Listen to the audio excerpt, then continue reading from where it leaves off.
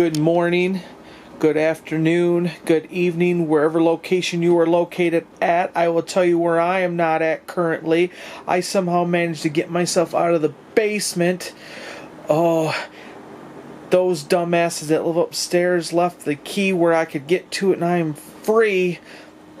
But that is because they are currently outside of the house and I'm kind of running this. I stole some of their high-tech equipment, which you are watching from this fancy camera device on your computer or smartphone or whatever you're watching this from. But I digress. My name is Foose, and this is the very first thrilling installment of the newly rehashed, unearthed basement cinema. Now, I don't have that little puppet guy with me, Abba Zabba, or that weird redneck mask-wearing guy, Half Sack, but I am Foose. And I'm going to give you the most exciting 10-plus minutes of your life, depending on, however you want to live your life. And, well, this is what basement cinema is all about. We're all about the 3 G's. Guns, gore, and gals. And with those 3 G's are in every single movie. Like, we like to watch very, very bad B movies, and by we, it's mostly just me, and I sometimes like to talk in the third person just because I'm a little crazy, because I rarely get to see the light of day. Like right now, I get a window behind me, there's a fan in it, but I got no electricity, which is kind of weird, but, it's because those fools upstairs that half-sack, or not half-sack, the squirrely guy, what's his face? Oh yeah, Snake Hips and Dave, Danger Dave, they don't like to feed me, so I escape just while they're gone grocery shopping. So this is how can we get this video. Now, the best thing about this video is you're going to get these like sporadically, because I'm not going to be able to like escape like every day or like once a week or whatever it's going to be. It's going to be sporadic, so I got to make this count. So here in Basement Cinema, we watch a bunch of weird, movies and such. Oh no, I hear them coming. Okay, false alarm, it wasn't who I thought it was. All it was that damn raccoon that lives in the damn basement with me and Abba Zabba and Half Sack, but okay, I'm good now. So back to the basement cinema. So today's episode is going to be 3 videos. Well, not 3 videos, but 3 movies in a single video, because that's how I kind of do things with the things. I know what you're thinking. Why am I talking? I haven't ate in days. I haven't seen the sunlight. That's why I'm back here. Look at this. I escaped. I got the glass behind me. Not really glass, but I got a fan, and I'm a little lightheaded. All I request is Kool-Aid, but I can't even get that in a sandwich. But I digress. So, 3 movie reviews, 1 video. Let's go. So the first one on today's docket is a little gem that was filmed here in Michigan, like 1993, 1994, what have you. This is the little film that we like to call Mosquito. Now, some of you folks have probably never seen this movie before. Well, I've seen it for the first time on the Sci-Fi Channel way back when, and I'll tell you one thing, it is a cult classic. Basically, it's about a bunch of these little mosquito fellers. Meteor crashes onto the earth, causes gigantic mutated mosquito things. I know it's a classic B movie, but guess what? It gets better than that. Gunnar Hansen, I think it's Gunnar Hansen. It's been a while since I've read a book and watched it, but from Texas Chainsaw Massacre, Leatherface, the original Leatherface, he's in it as one of the main characters. And then there's also his last name is Ashton. He was the guitarist of the famous punk band, The Stooges. He plays the park ranger with a foul voice. The kids like the language. I like the language too, but Snake Hips and them, they don't like my language when I'm yelling. So, that's what we got. So with Mosquito, it's got a little bit of everything. It's got a scene that was filmed before. What do you call that movie? Indiana Jones and the Crystal Skull, yeah, or whatever that one was. It's been a while since I've seen that. There's a nuke the fridge type of scene, but it's not a nuke, but there's a fridge, so you gotta watch out for that. There's also a homage to Texas Chainsaw Massacre with some chainsaws. There's also some shotgun foo. There's a great RV chasing scene that I highly recommend. I mean, it's up there with the high echelon of B movie cinema. So, with that being said, here in the basement, we rated it on a 4-star system. 4-star scale system, if you will. And I will say, Mosquito, right here, this fine film gets the coveted rare 4 stars in the basement cinema. It's probably gonna go in basement cinema Hall of Fame one day, but I don't know. We don't have one of those yet. All I know is that those guys up there, they keep threatening me, put me in the Hall of Pain, whatever that means. I don't know what that means. So it terrifies me. So Mosquito, highly recommend it. You can get this. I have it on Blu-ray.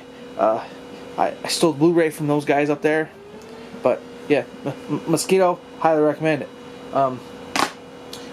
The other thing about that too is that was filmed in down around Jackson, Michigan. I don't know if you're familiar with that area or not. Somebody's watching it, so yeah, that's what we got here. We really gotta hurry this up. They're really scaring me. The next movie on the docket comes from, excuse me, I'm verklempt. Next little gem is called Intruder. This little film that was filmed in the 80s. It is part of the whole slasher craze. This has all the G's of basement cinema in it. It's got guns, gore, and gals.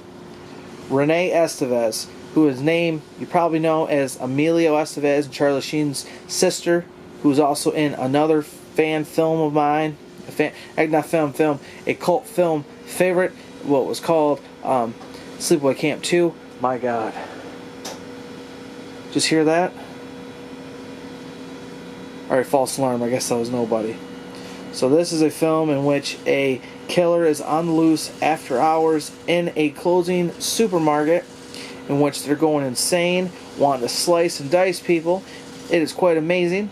It's also executive produced by the madman from Royal Oak himself, Sam Raimi, who did, Evil Dead. His brother Ted Raimi also does a cameo appearance in this as well. And you also gotta look for Bruce Campbell. Everybody knows who Bruce Campbell is. If you don't know who Bruce Campbell is, I will come to your house whenever I escape the basement and I will hit you over the head with a tag hammer. But yeah, Intruder. This also gets the coveted 4 stars of the basement. This doesn't get much better than this. Yeah, other than that, it's a pretty good, solid film. I mean, it's got there's chopping, there's food, there's scares, there's thrills. It's got a nice little ending to it that sets up a sequel that we never got. So, I mean, I wish I could make a sequel to this. We'd call it Intruders, but that's here nor there. So, yeah, I see. Yeah. So, and then the last one. Now, this is the one where might get some schlack for, because it's not a traditional mainstream cult classic film that you folks are used to. But this is a little film from the mind of a local writer from the Flint area and filmmaker, Chris Ringler. It's a short called I Am the Door. This is a ultra short. It's less than 5 minutes long. It is a little gore-filled kind of homage to like Creep Show, H.P. Lovecraft, kind of like those dark little... If you've ever seen Night Gallery, they used to have like a couple shorts, and then they would be like a little micro short for it. I Am the Door is just that. It's kind of a little mind trip type of thing. It's worth the watch if you can get your hands on it.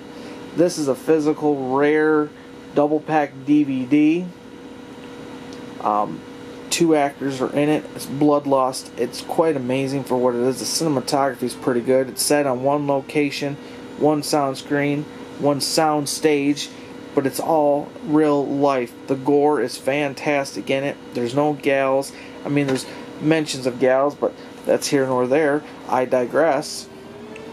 But with that being said, I did say this was in a 2-pack, and with the 2-pack is The Last Halloween.